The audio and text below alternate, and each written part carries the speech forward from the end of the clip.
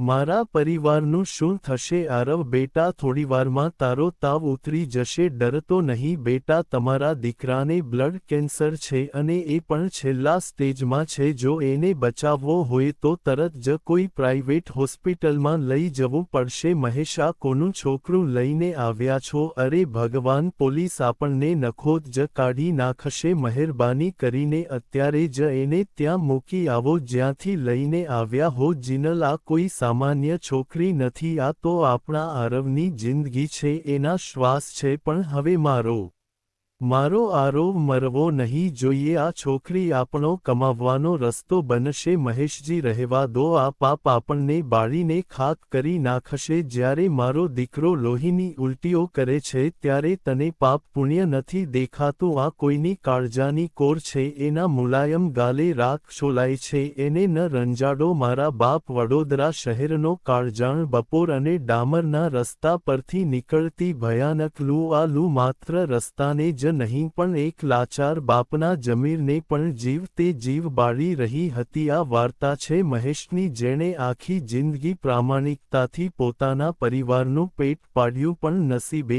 એને એવા દોરાહે લાવીને ઊભો કરી દીધો જ્યાં પોતાના એકના એક દીકરાને કેન્સરની પીડામાં લોહીની ઉલટીઓ કરતો જોવા સિવાય એની પાસે કોઈ રસ્તો નહોતો દીકરાના શ્વાસ બચાવવા માટે. જ્યારે એક સીધો સાદો માણસ કોઈ બીજાની માસૂમ દીકરીના ચહેરા પર ચૂલાની કાળી રાખ ચોપડીને તેને આંકરા તડકામાં ભીખ માંગવા મજબૂર કરે, ત્યારે બાપ કહેવાય કે રાક્ષસ. એક એવી હચમચાની દેતી સત્ય ઘટના જે તમારા હૃદયના તાર જણજણાવી દેશે. જો આ વાર્તા તમારું દિલ પીગળાવી દે તો વિડીયોને લાઇક કરજો, કમેન્ટ કરજો અને સબસ્ક્રાઇબ કરવાનું ભૂલતા નહીં, કારણ કે તમારો ભાઈ હંમેશા તમારી સામે એવી જ વાર્તાઓ લાવે છે જે સીધી રૂહમાં ઉતરી જાય અને તમને વિચારવા મજબૂર કરી દે. અને હા, કહાની શરૂ કરતા પહેલા એક નાની વિનંતી છે. તમે આ વિડિયો કયા દેશ કે રાજ્યમાંથી જોઈ રહ્યા છો?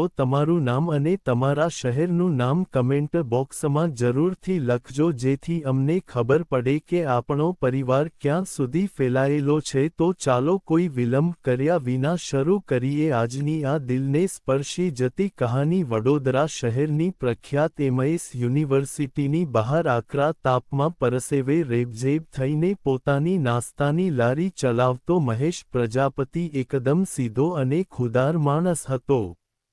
રોજ સવારે વહેલા ઉઠીને પૌવા અને સમોસા બનાવીને એ યુનિવર્સિટીના છોકરાઓને ખવડાવતો. જે 2-5 રૂપિયાનો નફો થતો એમાંથી એ પોતાના નાના એવા પરિવારનું ગુજરાન બહુ રાજી ખુશીથી ચલાવતો હતો. મહેશની જિંદગીમાં ક્યારેય કોઈ મોટી ખ્વાહિશ નહોતી. બસ એનું સપનું એટલું જ હતું કે એનો 8 વર્ષનો દીકરો આરવ ભણી ગણીને કોઈ મોટી ઓફિસમાં સાહેબ બનીને બેસે. પણ કહેવાય છે ને કે ગરીબના સપનાઓ અને કાચના વાસણ બહુ જલ્દી તૂટી જતા હોય છે. અચાનક એક દિવસ વડોદરા મ્યુનિસિપાલિટીની દબાણ હટાવવાની ગાડીઓ આવી અને જોતા જોતામાં મહેશની વર્ષો જૂની લારી, જે એના ઘરનો એકમાત્ર સહારો હતી, તેને તોડીને ભંગારમાં ખીરવી દીધી. મહેશ હાથ જોડતો રહ્યો, રોતો રહ્યો, સાહેબોના પગે પડ્યો, પણ કોઈએ એની એક ન સાંભળી. રોજી રોટી છીનવાઈ જવાથી મહેશના માથે આભ તૂટી પડ્યું, પણ એને ક્યાં ખબર હતી કે આ તો બરબાદીની માત્ર શરૂઆત હતી. ખરી કસોટી તો હજી બાકી હતી. લારી તૂટ્યાના 15 જ દિવસ પછી એનો હસતો રમતો દીકરો આરવ અચાનક બીમાર પડ્યો. પહેલા નાનો એવો તાવ આવ્યો, જે પછી ઉધરસમાં ફેરવાયો અને એક રાતે તો આરવને મોઢામાંથી સીધી લોહીની ઉલટીઓ થવા લાગી. વિશ્વામિત્રી નદીના કાંઠે આવેલી એક ગંદી અને સાંકડી ઝૂંપડપટ્ટીમાં મહેશનું પતરાવાળું ઘર હતું. એ રાતે જ્યારે આરવ લોહીની ઉલટીઓ કરી રહ્યો હતો ત્યારે મહેશ અને એની પત્ની જીનલના શ્વાસ અટકી ગયા હતા. સયાજી હોસ્પિટલના સરકારી ધક્કા ખાઈને મહેશના ચંપલ ઘસાઈ ગયા હતા અને જ્યારે રિપોર્ટ આવ્યા ત્યારે ડોક્ટરના શબ્દોએ મહેશના કાનમાં શીશું રેડી દીધું. ડોક્ટરે કોઈ જ લાગણી વગર કહી દીધું કે છોકરાને છેલ્લા સ્ટેજનું બ્લડ કેન્સર છે. જો બચાવવો હોય તો તાત્કાલિક કોઈ પ્રાઇવેટ હોસ્પિટલમાં લઈ જઈને મોંઘી કિમોથેરાપીના રાઉન્ડ ચાલુ કરવા પડશે. ખર્ચો સાંભળીને મહેશની આંખે અંધારા આવી ગયા. 2 લાખ રૂપિયા જે માણસ પાસે અત્યારે સાંજનું શાક લેવાના 50 રૂપિયા નહોતા એ 2 લાખ રૂપિયા ક્યાંથી લાવે? ઝૂંપડાના એ અંધારા ખૂણામાં જીનલ આખો દિવસ પોતાના સુકાયેલા શરીરને છાતીએ લગાડીને ચોધાર આંસુએ રડ્યા કરતી. અરવ ખાટલામાં પડ્યો ખાંસી ખાતો ત્યારે એની પાંસળીઓ ગણાઈ જતી. એ પીડાથી એટલો તડફડતો કે મહેશથી પોતાના જ દીકરાની આંખોમાં આંખ મેળવી શકાતી નહોતી. કોઈપણ બાપ માટે દુનિયાની સૌથી મોટી સજા એ છે કે એની નજર સામે એનો જવાન થતો દીકરો તડફડીને મોતની રાહ જોતો હોય અને બાપ લાચારીથી ખાલી હાથ મસળતો ઊભો હોય. મહેશે વડોદરામાં સગા સંબંધીઓ, શેઠિયાઓ અને ઓળખીતાઓ પાસે જઈને ખોળો પાથર્યો પણ કોઈએ 5 રૂપિયાની મદદ ન કરી. આ ગરીબીની દિવાલોએ મહેશને અંદરથી સાવ ખોખલો કરી નાખ્યો હતો. એક કાળી અને બિહામણી રાતે મહેશ કોઈની પાસે પૈસા ઉછીના માંગવાની છેલ્લી આશામાં વડોદરાના સૌથી પોશ એરિયા અલકાપુરી વિસ્તારમાં ભટકી રહ્યો હતો. ત્યાંની ઝગમગતી રોશની, કાચના મોટા શોરૂમ, કરોડોની લક્ઝરિયસ ગાડીઓ અને હોટેલોની બહાર ઊભેલા અમીર લોકોની દુનિયા જોઈને મહેશને મનમાં ઈશ્વર પર ભયંકર ગુસ્સો ઉકળી રહ્યો હતો. તેને થતું કે આ દુનિયા કેટલી બેરહેમ અને અન્યાયી છે, જ્યાં કોઈ અમીર બાપનો દીકરો હજારો રૂપિયાના કપડાં પહેરીને આઈસ્ક્રીમ ખાઈ રહ્યો છે અને મારો દીકરો સરકારી હોસ્પિટલના ફ્લોર પર 500 રૂપિયાની દવા વગર તરફડ રહ્યો છે. કલાકો સુધી રસ્તાઓ પર ભટક્યા પછી નિરાશા અને હારમાં ડૂબેલો મહેશ પગ ઘસડતો કમાટીબાગ પાછળના વિશ્વામિત્રી બ્રિજ પાસેથી પોતાના ઝૂંપડા તરફ પાછો ફરી રહ્યો હતો. રાતના લગભગ 2 વાગ્યા હશે. નદીના પાણીનો ગંધાતો અવાજ અને કચરાના ઢગલામાંથી આવતી બદબૂ વચ્ચે આખો વિસ્તાર સાવ સુમસામ હતો. અચાનક બ્રિજના છેવાડે પડેલા કચરાના એક મોટા ઢગલા પાછળથી તેને કોઈના ધીમા ડૂસકા ભરવાનો અવાજ સંભળાયો. પહેલા તો એને લાગ્યું કે કોઈ કૂતરું રડતું હશે, પણ અવાજ કોઈ બાળકીનો હતો. મહેશના પગ ત્યાં જ થંભી ગયા. તેણે ધીમેથી કચરાના ઢગલાની પાછળ જઈને અંધારામાં નજર કરી તો એના હોશ ઉડી ગયા. ત્યાં કચરાની વચ્ચે એક 3-4 વર્ષની અત્યંત રૂપાળી બાળકી રડતી ડરીને સંકોચાઈને બેઠી હતી. એણે ગુલાબી રંગનું મોંઘું રેશમી ફ્રોક પહેર્યું હતું, પગમાં નાનકડા બ્રાન્ડેડ શૂઝ હતા અને એની મોટી માસૂમ આંખોમાંથી ચોધાર આંસુ વહી રહ્યા હતા. એ બાળકી વારંવાર ધીમા અવાજે મમ્મા, પપ્પા કહીને ડૂસકા ભરી રહી હતી. એના કપડાં અને દેખાવ પરથી જ લાગતું હતું કે આ કોઈ બહુ મોટા ઘરની, કોઈ અમીર પરિવારની લાડકવાઈ દીકરી હતી, જે કદાચ ભીડમાં પોતાના મા-બાપથી વિખૂટી પડી ગઈ હતી અથવા તો કોઈ અપહરણકારોના ચુંગાલમાંથી માંડ પોતાનો જીવ બચાવીને અહીં અંધારામાં સંતાઈ હતી. મહેશનું પિતાનું હૃદય એક પળ માટે પીગળી ગયું. એની અંદર રહેલા એક સારા માણસે તરત જ એ બાળકીને ધીમેથી ઊંચકી લીધી.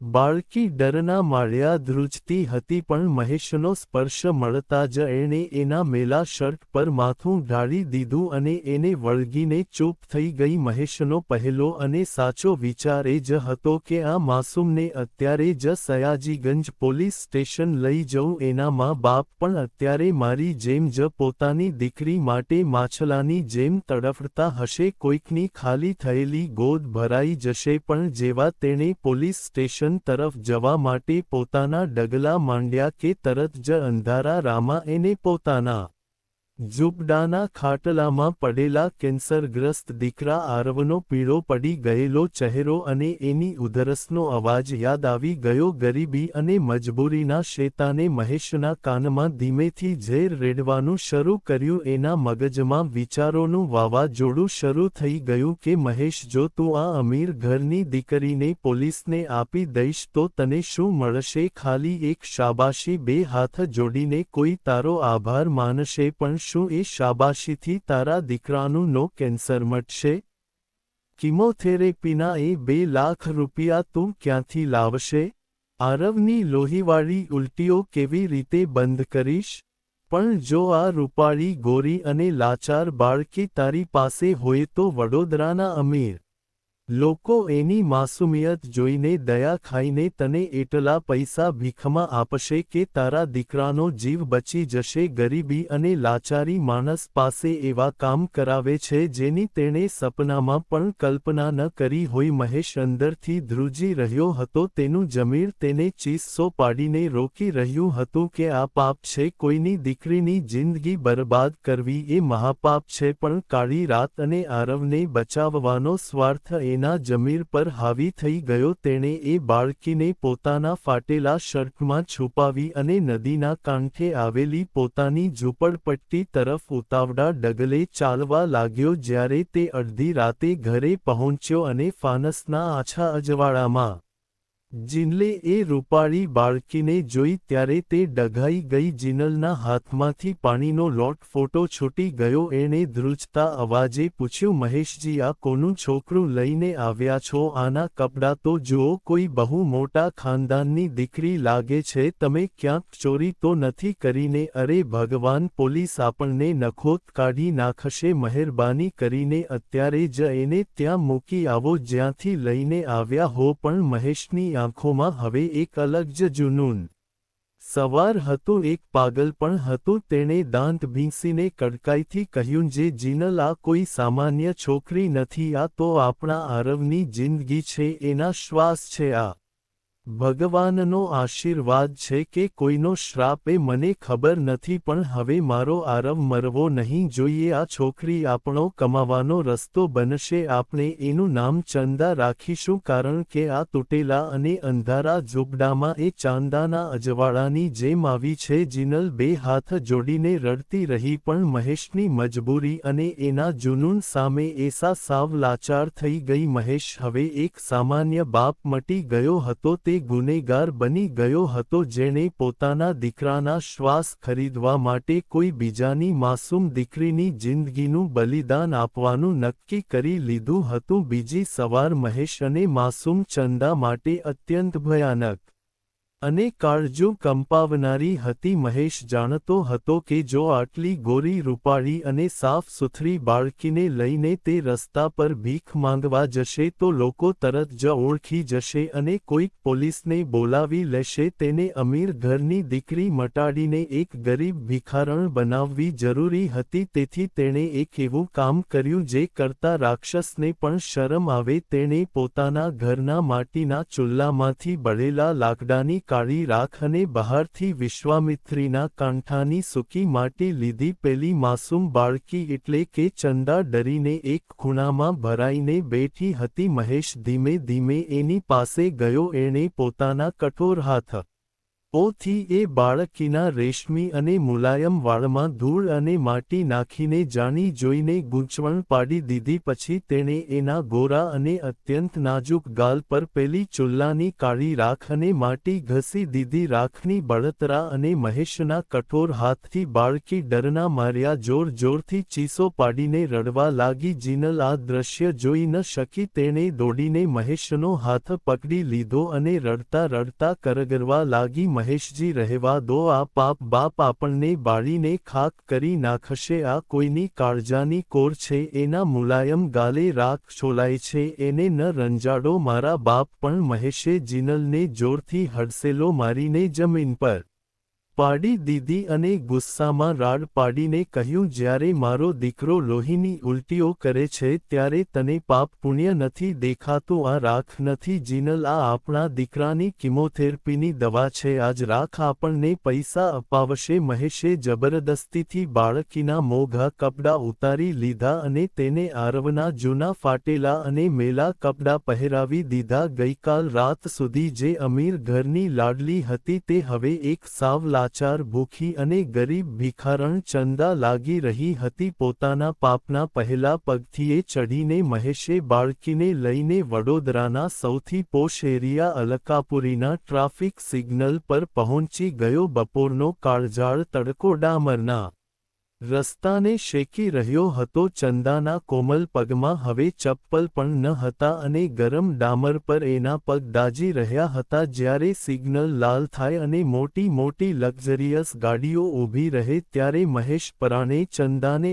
આગળ કરતો. જો એ ન રડે તો મહેશ પાછળથી ધીમેથી તેને ચીમટી ભરતો, જેથી દર્દના કારણે તેની આંખોમાંથી ચોધાર આંસુ પડવા લાગે. ગાડીઓના કાચ નીચે ઉતરતા અને અંદર એસીની ઠંડકમાં બેઠેલા અમીર લોકો આટલી નાની રૂપાળી પણ મેલી ઘેલી અને રડતી બાળકીને જોઈને અંદરથી પીગળી જતા. એની આંખોની માસુમિયત કોઈપણ પથ્થરદિલ માણસને રડાવી દે તેવી હતી. કોઈ 100 રૂપિયાની નોટ આપતું તો કોઈ 500ની કડકડતી નોટ મહેશના હાથમાં મૂકીને કહેતું કે ભાઈ આ છોકરીનો ધ્યાન રાખજે, બિચારી કેવી ભૂખી તરફડે છે. મહેશ મનમાં ને મનમાં હસતો અને પોતાના પાપ પર રડતો બંને હતો. સાંજ પડતા સુધીમાં મહેશ પાસે એટલા રૂપિયા ભેગા થઈ ગયા જેટલા એણે આખો મહિનો પરસેવો પાડીને લારી ચલાવીને પણ નહોતા કમાયા. તેને નવાઈ લાગતી હતી કે આ નાનકડી ચંદા તો સાક્ષાત લક્ષ્મી છે. દિવસો પસાર થવા લાગ્યા. મહેશનો આ ખોફનાક ખેલ હવે તેનો રોજનો ધંધો બની ગયો હતો. રોજ સવારે ચંદાના ચહેરા પર રાખ મલવી અને આખો દિવસ એને તડકામાં ભીખ માંગવા મજબૂર કરવી. ચંદાના નામે આવતા પૈસાથી આરવની વડોદરાની એક મોટી ખાનગી હોસ્પિટલમાં મોંઘી કિમોથેરેપી શરૂ થઈ ગઈ હતી. આરવના શરીરમાં ધીમે ધીમે થોડી તાકાત આવવા લાગી હતી અને જીનલના કરમાઈ ગયેના ચહેરા પર થોડું નૂર પાછું ફર્યું હતું. પણ આ બધાની કિંમત પેલી માસૂમ ચંદા ચૂકવી રહી હતી. તે હવે આ માટી ઝોપડામાં અને ગરીબીની બદબૂમાં રહેવા ટેવાઈ ગઈ હતી. એ ભૂલી ગઈ હતી કે એની અસલી જિંદગી શું હતી. તે પોતાની તોડી ભાષામાં મહેશને કાકા કહેવા લાગી હતી અને જીનલને માં સમજવા લાગી હતી. જીનલને પણ એના પ્રત્યે અત્યંત લગાવ થઈ ગયો હતો. રાતે જ્યારે મહેશ સિગ્નલ પરથી પાછું આવે ત્યારે જીનલ ચંદાને નવડાવીને છાતીએ વળગાડીને સુડાવતી અને અંદરને અંદર પોતાના પાપ પર પછતાવો કરતી. મહેશ પોતાની જાતને રોજ દિલાસો આપતો કે હું આ છોકરીને જીવતી તો રાખું છું, નહીંતર એ રાતે નદી કાંઠે કોઈ જંગલી જાનવર એને ફાડી ખાત. પણ હકીકતમાં મહેશ લાલચી બની ગયો હતો. તેને થતું કે આરવ સાજો થઈ જશે પછી પણ ચંદા આપણી પાસે જ રહેશે અને આપણે જિંદગીભર આ રીતે ખૂબ પૈસા કમાઈશું. પણ મહેશ ભૂલી ગયો હતો કે પાપનો ઘડો ક્યારેક તો છલકાય જ છે અને જ્યારે એ છલકાય છે ત્યારે બધું જ તાણી જાય છે. 2 મહિના વીતી ગયા હતા. એક દિવસ બપોરના સમયે મહેશ સયાજીગંજ પાસે એક ચાની લારીએ ઊભો ચાપી રહ્યો હતો. તેની નજર બાજુના બાંકડા પર પડેલા એક ગુજરાતી છાપા પર ગઈ. તેણે ટાઈમપાસ કરવા એ છાપું હાથમાં લીધું પણ છાપાનું પહેલું પાનું જોતા જ મહેશના હાથમાંથી ચાનો ગરમ કપ છૂટી ગયો અને રસ્તા પર ફૂટી ગયો. તેના આખા શરીરમાં કંપારી છૂટી ગઈ. આખા પાના પર એક બહુ મોટી જાહેરાતથી તેમાં પેરી માસૂમ ચંદાનો એકદમ સુંદર ગોરો અને હસતો ફોટો હતો અને નીચે મોટા કાળા અક્ષરે લખ્યું હતું, વડોદરાના જાણીતા ઉદ્યોગપતિ અને કાવ્યા ગ્રુપના માલિકની એકમાત્ર દીકરી કાવ્યાનું અપહરણ. જે કોઈ આ બાળકીને શોધી લાવશે અથવા સાચી માહિતી આપશે તેને 1 કરોડ રૂપિયાનું રોકડ ઇનામ આપવામાં આવશે. અપહરણકારને કોઈ સંજોગોમાં બક્ષવામાં નહીં આવે. મહેશના આખા શરીરમાંથી પરસેવો છૂટવા લાગ્યો. તેને સમજાયું કે તેણે જે બાળકીને સામાન્ય અમીરની દીકરી સમજી હતી એ તો આખા શહેરના સૌથી મોટા માથાની વારસદાર કાવ્યા છે. આખો મામલો માત્ર ગુમ થવાનો નહતો પણ કરોડોની ખંડણી અને અપહરણનો બની ચૂક્યો હતો, જેમાં આખા શહેરની પોલીસ ગાંડીતૂર બનીને શોધી રહી હતી. પોલીસના ધાડે ધાડા અને ક્રાઇમ બ્રાન્ચના ઓફિસરો આખા વડોદરાની ઝૂંપડપટ્ટીઓમાં અને ખૂણે ખૂણે ફરી રહ્યા છે એ વાતની ખબર મહેશને પડી ગઈ. તેનું હૃદય ધમણની જેમ ધબકવા લાગ્યો.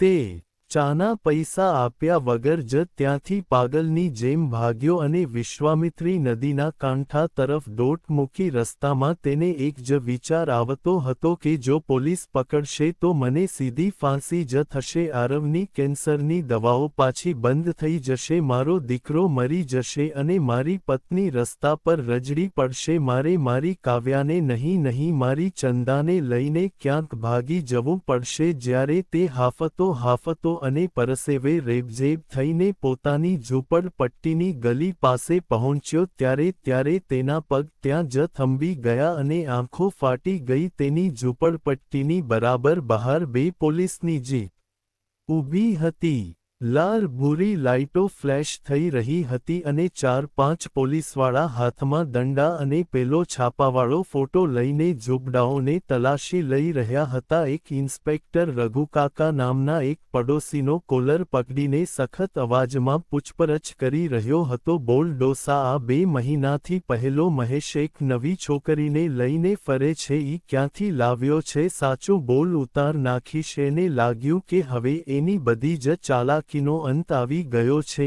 એના પાપની ઉંમર પૂરી થઈ ગઈ છે. તે એક ગુનેગારની જેમ ત્યાં જ એક દિવાલની પાછળ અંધારા ખૂણામાં સંતાઈ ગયો. તેનું જમીર તેને કહી રહ્યું હતું કે મહેશ, તારા પાપનો ઘડો હવે છલકાઈ ગયો છે. હવે તને કોઈ ભગવાન પણ નહીં બચાવી શકે. વિશ્વામિત્રી નદીના કાંઠે આવેલી એક ગંદી ઝૂંપડપટ્ટીમાં આજે જાણે મોતનો સન્નાટો છવાઈ ગયો હતો. મહેશ એક તૂટેલી ઈંટોની દિવાલ પાછળ શ્વાસ રોકીને સંતાયો હતો. એના આખા શરીરે પરસેવો વળી ગયો હતો અને હૃદય એટલા જોરથી ધબતી રહ્યું હતું કે જાણે ને હમણાં છાતી ફાડીને બહાર આવી જશે. થોડા જ અંતરે લાલ ભૂરી લાઇટો વાળી પોલીસની જીપ ઊભી હતી. ક્રાઇમ બ્રાન્ચના એક કદાવર ઇન્સ્પેક્ટરે રઘુકાકાનો કોલર એવી રીતે પકડ્યો હતો કે ડોસાના શ્વાસ રૂંધાઈ રહ્યા હતા. ઇન્સ્પેક્ટરનો કડક અવાજ રાતના અંધારામાં પડઘાઈ રહ્યો હતો. સાચું બોલ ડોસા, આ ફળિયામાં કોઈ નવી છોકરી આવી છે? કોઈ ભિખારી છેલ્લા 2 મહિનાથી કોઈ અજાણી છોકરીને લઈને ફરે છે? બોલે તો આખી ઝૂંપડપટ્ટીને આગ લગાડી દઈશ અને બધાને જેલમાં સડાવી દઈશ. રઘુ કાકા થરથર કાંપતા હતા. એમણે ડરતા કહ્યું, સાહેબ, પેલા મહેશિયાની લારી તૂટી ગઈ પછી એ એક છોકરીને લઈને ભીખ માંગવા જાય છે ખરો, પણ ઈ તો એવું કહે હતો કે એના કોઈ દૂર. પોલીસ ઇન્સ્પેક્ટરે તરત જ રઘુ કાકાને હળસેલો મારીને જમીન પર પછાડ્યા અને પોતાના કોન્સ્ટેબલોને આદેશ આપ્યો, શોધો એ મહેશનું ઘર ક્યાં છે. એકેય ખૂણો બાકી ન રહેવો જોઈએ. દિવાલ પાછળ સંતાયેલો મહેશ આ સાંભળીને સાવભા ભાંગી પડ્યો. એને લાગ્યું કે હવે એની રમત પૂરી થઈ ગઈ છે. પોતાના એકના એક દીકરા આરવને કેન્સરની બીમારીમાંથી બચાવવા માટે એણે જે પાપનો રસ્તો પકડ્યો હતો એ રસ્તો હવે સીધો ફાંસીના માચડે જ જઈને અટકવાનો હતો. પોલીસના બૂટનો અવાજ મહેશના ઘર તરફ જઈ રહ્યો હતો. મહેશ આંખો બંધ કરીને ઈશ્વરને પ્રાર્થના કરવા લાગ્યો કે હે ભગવાન, ભલે મને જે સજા આપવી હોય એ આપજે, પણ મારા પરિવારને અને મારી પત્નીને બચાવી લેજે. પોલીસના માણસો મહેશના પતરાવાળા ઘરનો દરવાજો જોરજોરથી ખખડાવવા લાગ્યા. અંદર જીનલનો જીવ તાળવે ચોંટી ગયો હતો. દરવાજો ખુલ્યો અને પોલીસે ઘરમાં ઘૂસીને આખો સામાન વેર વિખેર કરી નાખ્યો. મહેશ દૂરથી આ બધું જોઈ રહ્યો હતો પણ એની અંદર એટલી હિંમત નહોતી કે એ બહાર આવીને ઊભો રહી શકે.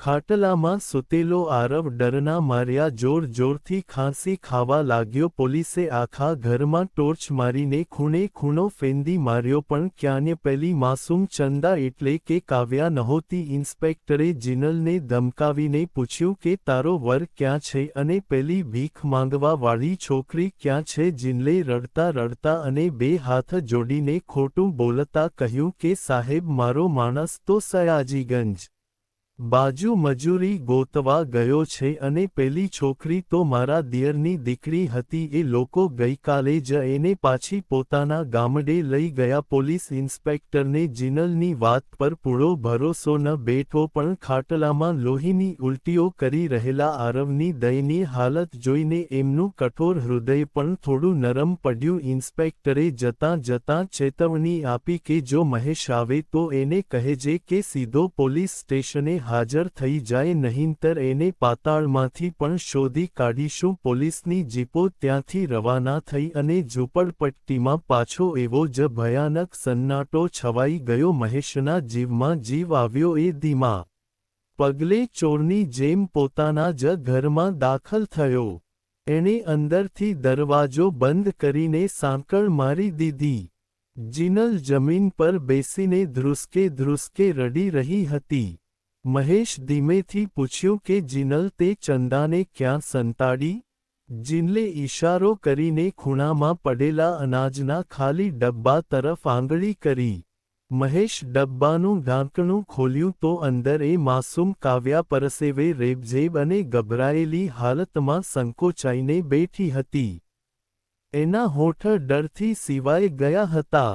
મહેશે એને બહાર કાઢી અને છાતીએ લગાડી. જિનલ હવે પોતાના ગુસ્સા અને ડર પર કાબૂ રાખી શકી નહીં. તેણે મહેશનો કોલર પકડીને રડતા રડતા કહ્યું કે જોઈ લીધું તમારું પાપ. આજે તો મેં ખોટું બોલીને પોલીસને પાછી કાઢી મૂકી, પણ કાલ સવારે જ્યારે એ લોકો પાછા આવશે ત્યારે શું જવાબ આપીશું? તમે તો કહેતા હતા ને કે આ છોકરી સાક્ષાત લક્ષ્મી છે. આ લક્ષ્મી નથી મહેશ, આ આપણા મોતનો સામાન છે. મેં તમને પહેલા જ દિવસે રોક્યા હતા કે કોઈની કાળજાની કોરને રંજાડીને આપણા દીકરાનો જીવ નહીં બચે. હવે આખા શહેરમાં પોલીસ આપણને કૂતરાની જેમ શોધી રહી છે. મહેશે પોતાના આંસુ લૂછતા કહ્યું કે જિનલ મને નહોતી ખબર કે આ છોકરી વડોદરાના સૌથી મોટા ઉદ્યોગપતિ હિરેન દેસાઈની દીકરી કાવ્યા છે. મેં આજે છાપામાં એનો ફોટો જોયો. 1 કરોડ રૂપિયાનું ઇનામ છે એને શોધવા માટે અને અપહરણનો કેસ નોંધાયો છે. આપણે સાવ ફસાઈ ગયા છીએ. જો પોલીસ પકડશે તો મને આખી જિંદગી જેલમાં સડાવી દેશે અને આપણા આરવની કિમોથેરાપી અધવચ્ચે જ રોકાઈ જશે. મારો દીકરો મરી જશે. જિનલ મહેશની આંખોમાં એક પાગલપણ હતું. તેણે તરત જ એક થેલો લીધો અને અંદર થોડા જૂના કપડાં ભરવા લાગ્યો. તેણે જિનલને આદેશ આપ્યો કે જલ્દી સામાન બાંધ, આપણે આજ રાતે જ વડોદરા છોડીને સુરત કે અમદાવાદ ભાગી જઈશું. ત્યાં જઈને ફરીથી ચંદા પાસે ભીખ મંગાવીશું અને આરવનો ઈલાજ કરાવીશું. પણ અહીંયા હવે એક પળ પણ રોકાવું નથી. જિનલે મહેશના હાથમાંથી થેલો છીનવીને દૂર ફેંકી દીધો. એણે કડક અવાજમાં કહ્યું કે હવે હું એક ડગલું પણ આગળ નહીં વધું. આ છોકરી કોઈ પૈસા છાપવાનું મશીન નથી. એના ચહેરા પર રોજ રાખ ચોપડી ચોપડીને એની ચામડી બળી ગઈ છે. તડકામાં ઉઘાડા પગે ભીખ માંગીને એના પગમાં ફોલ્લા પડી ગયા છે. શું તમને જરાય દયા નથી આવતી? બંને પતિ પત્ની વચ્ચેનો આ ઝઘડો સાંભળીને ખાટલામાં સૂતેલો આરવ ધીમે ધીમે ઊભો થયો. કેન્સરને કારણે એના માથાના વાળ ખરી ગયા હતા અને ચહેરો સાફ ફિક્કો પડી ગયો હતો. એના નબળા પગ ધ્રુજતા હતા. આરવ ધીમેથી ચાલીને મહેશ પાસે આવ્યો અને એના હાથ પકડી લીધા. આરવના અવાજમાં એવી માસુમિયત હતી જે પથ્થરને પણ પીગળાવી દે. આરવે પૂછ્યું કે બાપુ આ પોલીસવાળા કાકા ચંદાને કેમ શોધતા હતા? શું ચંદા કોઈ ચોર છે? મહેશ પાસે પોતાના દીકરાના આ સવાલનો કોઈ જ જવાબ ન હતો. એની નજર નીચી ઢળી ગઈ. આરવે આગળ કહ્યું કે બાપુ જ્યારે મને સોય વાગે છે અને મારું શરીર દુખે છે ત્યારે તમે મને બાથમાં લઈને રડો છો ને મારી પીડા તમારાથી જોવાતી નથી. તો બાપુ આ ચંદા રોજ રાતે ઊંઘમાં એના પપ્પાને યાદ કરીને રડે છે. એના પપ્પા પણ એની યાદમાં તમારા જેટલા જ રડતા હશે ને બાપુ ચંદાને એના ઘરે મૂકી આવો. એના પપ્પા એની વાટ જોતા હશે. મને મારી બીમારીની હવે કોઈ ચિંતા નથી. મારે ભીખના પૈસાથી સાજા નથી થવું. પોતાના 8 વર્ષના બીમાર દીકરાના મોઢેથી નીકળેલા આ વજનદાર શબ્દો મહેશના હૃદયમાં તીરની જેમ આરપાર ઉતરી ગયા. મહેશને લાગ્યું કે જાણે સાક્ષાત ભગવાને